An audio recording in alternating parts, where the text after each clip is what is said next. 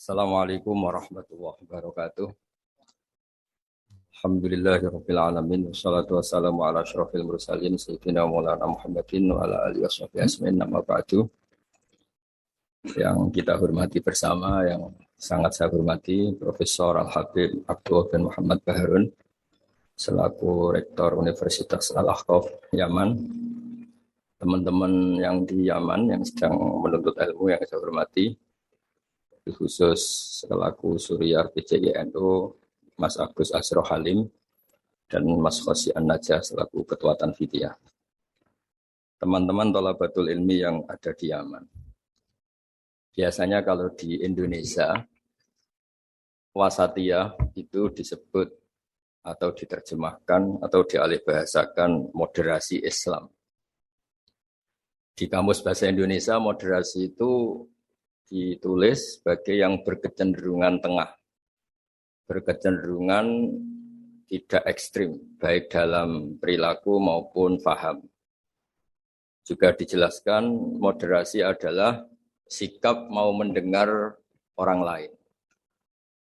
Dan alhamdulillah berkahnya teman-teman di Yaman, saya punya kitab Ushulul Wasatiyah, saya baca khatam, dan itu persis seperti keyakinan-keyakinan kita yang punya sanad muttasil sampai manhaj wali songo. Kita punya sekian kasus dalam sikap manhaji. Dulu perempuan itu tidak boleh belajar karena takutnya kalau belajar itu terus bisa nulis, bisa WA-an, terus takutnya bisa pacaran. Tapi lama-lama itu diketahui kalau terlalu lugu malah jadi korban, jadi objek karena mudah diakali, mudah dibully, mudah difitnah. Begitu juga dulu ketika perempuan jadi polisi itu pertanyaannya itu aktivitas lelaki sehingga perempuan tidak boleh. Tapi setelah mendengar beberapa kasus kriminal misalnya pengedaran narkoba itu banyak yang disembunyikan di alat-alat yang khasnya perempuan. Sehingga semenjak dijelaskan polisi kalau itu narkoba disembunyikan di alat perempuan atau alat kelamin, kalau polisinya semua lelaki kayak apa? Sehingga terus mulai tahu pentingnya polisi perempuan. Begitu juga untuk ngecek kasus-kasus pemerkosaan. Itu kalau yang ngecek lelaki kebetulan tidak soleh bisa tidak karu-karuan itu. Kriminalnya semakin banyak. Kedokteran juga gitu dan seterusnya dan seterusnya. Ini barokahnya mau mendengar. Jadi mendengar itu penting, meskipun pendapat itu kita tidak cocok. Tapi kalau mendengar itu penting. Dan awalu hadad din itu ya diperdengarkan. Dulu Rasulullah SAW pertama jadi Nabi itu ya memperdengarkan orang. Beliau at-tahaddi bin nubuwah, memaklumatkan diri kalau sekarang beliau itu Nabi. Dan barokahnya memperdengarkan itu ada logika nubuwah yang didengar oleh orang-orang kafir. Kemudian sebagian mereka itu Islam. Karena logika yang terbangun sudah ada, mainstream sudah ada. Misalnya kalau problem banyak, resiko banyak, ya Tuhannya harus banyak. Maka pertama Nabi jadi Nabi itu digugat dengan kalimat aja'alal alihata ilaha wahida inna hadzal syai'un ujab. Masa urusan kita banyak, kemudian Tuhannya satu. Kalau urusan kita banyak, Tuhannya harus banyak. Itu logika mainstream saat itu. Sampai Nabi bikin logika tandingan, yaitu kalau kamu jadi buruh dan majikannya banyak, semuanya minta dilayani, semuanya minta diturutin, Anda yang bingung. Kemudian mereka setuju. Nabi memberi satu pemahaman, Tuhan kamu adalah majikan kamu. Rabbukum sayyidukum. Dan itu kalau banyak, kamu akan bingung karena semuanya punya hak merintah, punya hak negur, terutama punya hak memberi sanksi. Itu yang disebut Dorobawo masalah rojulan fihi syuraka umutasyakisuna wa rojulan salamal lirojul. Nah logika-logika permanen ini yang disebut kita nggak boleh ekstrim karena semua cerita dulu Nabi itu sah ya. Sah itu meskipun itu nggak pilihan sah. Sah mendoakan umatnya kena azab kayak zaman Nabi Nuh, Nabi Soleh. Kalau mereka nggak nerima ajarannya. Tapi itu pun setelah mimba jima ja'atumul bayinah. Atau sebagian ayat disebut hatta ta'tiyahumul bayinah. Jadi sanksi itu setelah kita memberi penjelasan kebenaran itu terang welo-welo, sejelas-jelas mungkin. Logika yang nggak bisa ditolak. Itu baru sah kita mengkutuk, baru sah kita menyalahkan. Sehingga semua nabi itu punya kemampuan fatona, kecerdasan yang orang itu nggak bisa ngilang. Dulu misalnya di fikih, orang Medina itu abkhosun nas, orang yang paling buruk dalam timbangan, orang yang sering transaksi tidak cash, tidak nakdan. Misalnya beli mangga masih pentil itu sudah dibayari dengan asumsi jadi mangga tua. Itu sudah perilakunya ahlul Madinah zaman itu begitu. Terus Nabi datang, ara'aita in mana Allahu as-samra fabima astahilu ahadukum ala sahibi. Kamu menjual dengan asumsi itu sudah mangga tua. Kemudian mesti harganya mahal. Bagaimana kalau masih pentil sudah kena musibah, kena angin? Lalu kamu mengambil uang itu atas nama apa? Atas nama mangga tua nyatanya yang didapat pentil. Atas nama pentil masa iya harganya sebanyak itu. Akhirnya ada kesadaran bahwa muamalah seperti itu tidak sehat, tidak benar. Begitu juga logika-logika tentang ada seseorang pemuda yang mau masuk Islam tapi syaratnya dibolehkan zina. Sampai geger karena itu enggak etis. Ketika geger-geger Nabi tanya, ada apa itu? Ada syabun yadkhulu fil Islam tapi yasta'zinu fi zina. Dia tetap izin bisa zina. Kata Nabi, sudah enggak apa-apa suruh sini ya. Setelah ketemu Nabi mau mengset ya, membuat logika yang luar biasa. Atau hibbuhu li bintik, kamu suka kalau punya putri kemudian jadi demenannya orang, jadi dizinain orang. Ya enggak. Kamu suka kalau perilaku itu ada di ibu kamu. Hidung-hidung belang menjadikan ibu kamu objek seks ibu itu. Hidung belang itu ya enggak terima. Atau hibbuhu li bintik, atau hibbuhu li ummik, atau hibbuhu li kholatik, li amatik. Nabi itu ngulang berkali-kali. Sampai muda tadi menyimpulkan betapa buruknya zina. Bagaimana kalau korban itu anak saya, ibu saya, bulik saya, budi saya, dan seterusnya. Semenjak itu kata beliau, kata pemuda tadi sama masuk Islam tanpa persyaratan boleh zina, dan zina itu abbahasya. Sesuatu yang sangat buruk.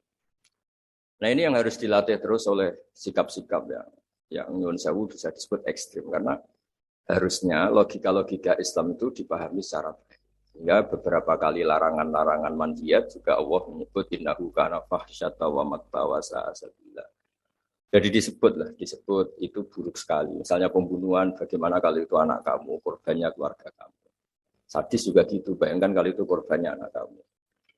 Sehingga dari baca ini kitabnya Sayyid Abdul Harun, saya alhamdulillah baca dan saya baca mungkin 2 jam khatam karena memang pola itu pola mainstream. Jadi penting membaca kitab dengan mudah dan gamblang itu penting. Karena itu artinya ada mindset bersama. Ada pikiran bersama yang kita terimanya itu sudah sayyughal lisyaribin. Nyaman. Jadi kalau saya baca kitab itu ukurannya gampang. Kalau saya baca kok nyaman, gampang berarti ya sepikiran. Karena ya memang mindset yang sama. Dan ciri utama kebenaran itu harus dicatat sayyughal lisyaribin. Jadi kebenaran itu harus mudah dicerna. Caranya gimana ya? Tadi saya ulang lagi. Kita harus mau mendengar. Jadi beberapa pemahaman yang keliru dulu misalnya tidak ada penyakit menular. Kemudian ada orang Arabi yang mencoba onta yang waras dijejerkan yang kudisen. Yang ternyata yang waras jadi kudisen. Sehingga mereka protes, ya Rasulullah kata engkau la adwa walatiyarota. Tidak ada penyakit menular. Ini onta sembuh, onta sehat. Karena onta kudikan ternyata ikut kudikan. Lalu sama Nabi dibenarkan, paman adal awala. Lalu yang nulari yang pertama siapa? Itu asli ya Rasulullah dari Allah. Nah, ternyata pemahaman tadi dikira penyakit nggak boleh menular, itu dicoba yang sakit dijajarkan yang sehat, tapi Nabi membenarkan maksud saya awal penyakit itu dari siapa? Tentu dari kehendak Allah Subhanahu wa taala. Nah, di sini akhirnya ada logika bersama bahwa untuk menghadapi sesuatu itu pentingnya mendengar. Kemudian yang terakhir dan saya mohon nanti diskusinya tentang kitab ini al-hulu wa takfir. Di mana-mana itu yang namanya nabi itu ya orang kafir dijadikan sebagai muslim. Orang baik juga gitu. Di mana-mana orang baik minyak yang fasik jadi soleh. Yang soleh bodoh menjadi soleh pinter. Yang setengah pinter menjadi pinter banget. Syukur-syukur jadi wali. Nah logika-logika itu harus permanen. Di mana-mana ya inginnya kita itu ya yang enggak baik jadikan baik. Ini bukan kebalik, yang sudah baik dikafirkan. Yang sudah anggota dikeluarkan. Itu aja secara organisasi masalah kan. Jadi takfir itu sebenarnya tidak usah dalil sudah jelas masa yang sudah masuk dikeluarin. Oh yang di luar saja difasilitasi kulil ladzina kafaru iyantahu yufar lahum ma qad salah. Kalau kamu mau masuk Islam, fasilitasnya itu yufar lahum ma qad salah. Masalah-masalah kamu, dosa-dosa kamu akan dihapus. Jadi tahu-tahu orang yang min ahli la ilaha illallah karena kesalahan tertentu, entah pegang patok kuburan, entah apalah peringatan sesajen langsung dikafirkan. Ini kan jadi aneh. Padahal acaranya tahlilan. Menjadi aneh karena satu kalimat sing dakhala bihal kafiru al-islam. Satu kalimat yang menjadikan orang kafir menjadi Islam. Kemudian dengan kalimat yang sama orang Islam hanya menjadi kafir hanya karena pegang patok kuburan atau karena acara-acara tahlilan yang dia khurafat. Ini kan jadi aneh dengan kalimat yang sama, yang satu berstatus mengislamkan, yang satu berstatus mengkafirkan. Nah, sering mendengar gini insya Allah menjadi luar biasa. Masyhur itu dicerita di Bukhari, dan saya senang cerita itu ada orang syaribul khamri. Mulai dulu memang muhibbinnya Kiai itu macam-macam. Dia itu syaribul khamri, tapi kalau nggak di masjid nggak senang. Dia sukanya dekat-dekat masjid karena dia nggak mau jauh dari tempat orang soleh. Sehingga ketika dikhat oleh Nabi karena keseringan minum sampai wakana yulaqabu khimaron di Bukhari disebut orang itu panggilannya khimar. Tapi ketika sahabat mulai melaknati dia, kata Nabi la tal'anu fa innahu yuhibbu wa rasulah. Kamu jangan melaknati pemuda itu, bagaimanapun dia senang Allah dan Rasul. Itu di bab tobat, di beberapa bab di kitab Ihya dijelaskan, sama masih ingat kalimatnya. Falam yukhrijhu bil ma'siyah anil mahabbah. Nabi tidak mengeluarkan orang itu dengan salahnya dia syurbul khamri, tidak dikeluarkan dari status mahabbah. Falam yukhrijhu bil ma'siyah anil mahabbah. Karena ya maksiat itu desainan hawa nafsu dan itu biasanya zallah. Zallah itu tidak status. Tapi kalau mahabbahnya seorang mukmin pada Rasulullah itu status. Dia tahu Rasulullah itu orang benar, maka dia ingin mahabbah. Ya, karena dia punya nafsu, terus ada zallah. Jadi harus dibedakan mana status, mana zallah. Kita orang Indonesia ya loyal sama Indonesia. Kita KTP Indonesia, kartu anggota keluarga ya Indonesia. Tapi jangan juga kalau zallah langsung tidak menjadi warga Indonesia. Kalau ada sanksi ya sanksi aja, tapi jangan sanksi tidak berstatus Indonesia. Sama mukmin juga gitu. Kalau salah ya salah saja. Tapi jangan terus berstatus tidak mukmin dan seterusnya. Nah, saya mohon logika-logika ini permanen. Kemudian kita punya hujjah riwayah, punya hujjah sanad yang ditulis Habib Abdul Bahri. Karena barokahnya hujjah itu kita bisa menjelaskan kepada umat gampangnya berislam, gampangnya jadi orang baik. Saya berkali-kali cerita jadi orang baik itu gampang. Apalagi kita ini alhamdulillah senang makan, senang tidur, senang guyon. Ya kalau kita jadi orang baik itu kan gampang. Artinya gampang gimana? Ketika semalaman kita guyon, anggap saja itu tarkul ma'asi. Ya barokahnya guyon sama teman-teman, bakas terong bakar, bakas makan-makan. Akhirnya malam itu tidak dugem, tidak maksiat. Barokahnya tidur semalaman, ya barokahnya tarkul ma'asi kuliah. Sudah gitu. Ya kalau kamu jadi Islam ekstrim kan, santri kok tidur semalaman, kapan belajarnya? Harusnya tertanya dibalik. Alhamdulillah tidur semalaman. Kapan kamu bisa maksiat kalau tidur terus ya? Baru kan tidur terus, nggak ada waktu maksiat. Jadi kaidah-kaidah yang kita pelajari zaman ngaji itu, bahwa yang dikatakan taat itu apa? Imtithalul awamir wa ijtinabun nawahi, ya sudah. Barokahnya tidur itu ijtinabun nawahi, nawahi kuliah bahkan karena tidur tadi. Nah barokahnya cara pandang yang mudah, sederhana. Itsmamin mubakhin illa wa yatahaqqaqu bihi tarku haramimma. Fa'il zamu minas sukun tarkul qatli wa minas sukut tarkul qadaf. Itu ada di kitab Lubul Usul. Orang itu kalau melakukan mubah, pasti saat melakukan mubah itu ada tarkul haram. Tarku haram mimma, akan meninggalkan haram apa saja. Makanya perilaku kiai-kiai ya gejol-gejolkan, santri ya gejol-gejolkan. Itu bukan nilai gejol-gejolkannya, tapi istildat bil mubahat, nyaman dengan hal-hal yang dibolehkan Allah. Dan konsekuensi dari itu saat itu juga pasti tarkul ma'asi. Nah berkahnya berpikir seperti ini jadi enak. Nabi juga sering ketemu anak-anak tanya, ya Umar, mafa'alan Umar, kabar burung kamu gimana?